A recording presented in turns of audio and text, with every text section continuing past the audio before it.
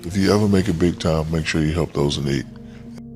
When I do business, it's never about the monetary aspect. It's about changing people's lives, letting people, understand that, you can still have fun. So that's what I wanted to do. I wanted to be like, hey, whenever I do business, it's not about the money. Muhammad Ali said, you could tell a lot about a man how he treats the janitor. If a man treats a janitor like shit, he's gonna treat everybody like shit. So after that, I was like, you know what, I need to just stay cool, because all this could be taken away, especially if you make crazy decisions. So, my thing is to take care of my family, lead by example for people like us, people who want to follow in our footsteps. Criticism to me is a double-edged sword. You can take it and listen to it and fade away, or you can listen to it, find some truth in it, and better yourself. I don't let people tell me what I can and can't do. It won't happen. It don't matter what they say. You gotta, whatever you believe, you go for it. And you gotta understand, before you succeed, you must first learn to fail.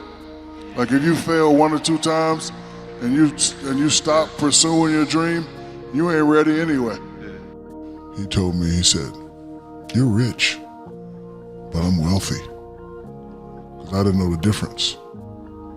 And I said, what's the difference? He said, well, wealthy is when I die, when my kids die, when their kids die, we're still gonna have the same amount.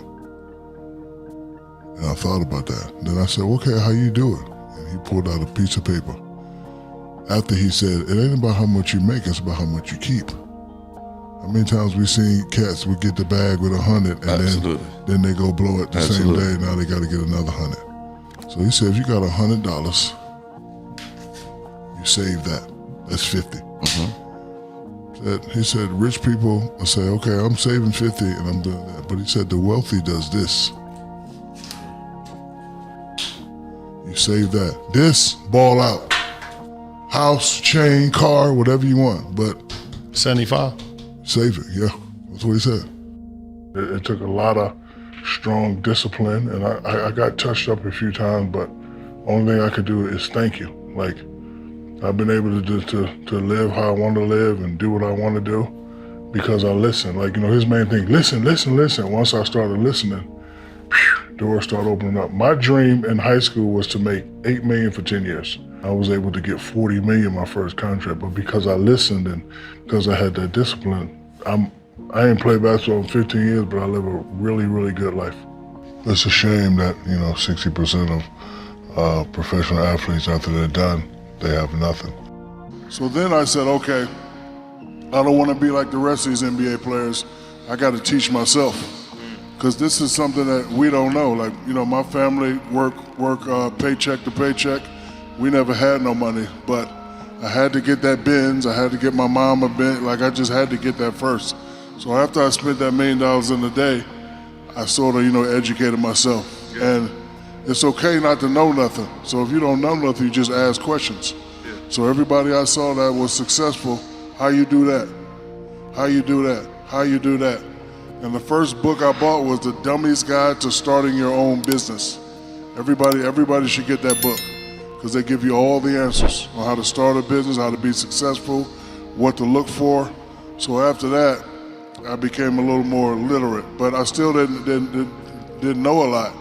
All the stuff I'm doing now, that's the stuff I wanted to do. I wanted to invest, I wanted to buy companies, I wanted to be on boards, I wanted to do certain things because, may not be a husband, but I'm always be a father. And the father's job is to protect, provide, and love.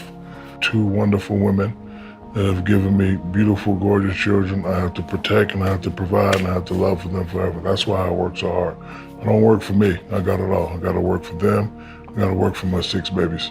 Being a CEO starts up here. Everybody in this room is already a CEO.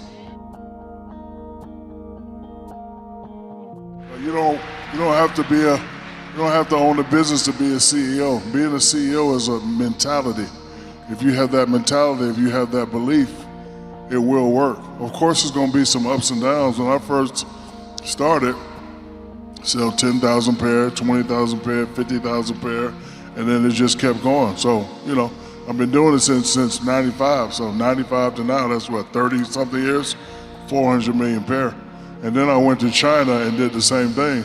And Jerry West said, look, I know you like to rap and do movies and all that, but when it's all said and done, if it's done the right way, your name could be up there. So while some people look at it as pressure, I look at it as challenge. And not only do I look at it as challenge, from where I come from, I gotta get it done. And now I got kids and boys too, and for bragging rights, I gotta get it done. Listen to your mother and father. I wasn't the smartest guy in the room, wasn't the brightest guy in the room, but I listened to my mother and father. They believed in my dream, they made me believe in my dream, and I just wanted to fight. I'm a fighter. Like when you tell me I can't do nothing, I'm gonna just go and do it. Nobody could be as famous as Magic and Kareem, you'll never win and all that. And I'm saying, okay, you're a nobody, I'm a somebody, I ain't trying to hear all that. And you just keep fighting. So the first 4 years, me and Kobe, we got swept. We didn't give up, we just kept going. And then we won 3 in a row, I got traded. You all know the story, but again, doesn't matter what anybody tell you, it's what you believe. Because CEO is mental. And when you love something and you respect it, you can always do well at it. So doing well for me is not the same definition as a rapper. Even if I go 10 times platinum, that money ain't doing nothing for me. And then he said, you should develop something called one-hand stress. I only care about what my mama say, what my kids think, if it's gonna mess up the money in the business, what my boys think. That's it, it don't even get to 5. Then I made up a quote for myself. If a nobody can influence a somebody, then the nobody wins. But the question of the day is, who are you? Nobody. So all these people with their opinions, if we talking pecking order status, I don't mean to be disrespectful, but you're under me. So I used to see this guy, I met a guy and I was like, how do you stay rich? And he pulled out $100 bill and he ripped it in half. And he said, what's this? I said, 50-50. He said, you can save 50. That's cool, let me spend this. But he said, the wealthy people do this. You save this, ball out with that. Whatever you want to do. So I didn't really spend none of my checks until I got married. When it comes to a position like that, I've seen greatness. I've helped bring greatness up. I played with Penny, I played with Kobe, I played with D-Wade, I played with Bron, I played with Nash.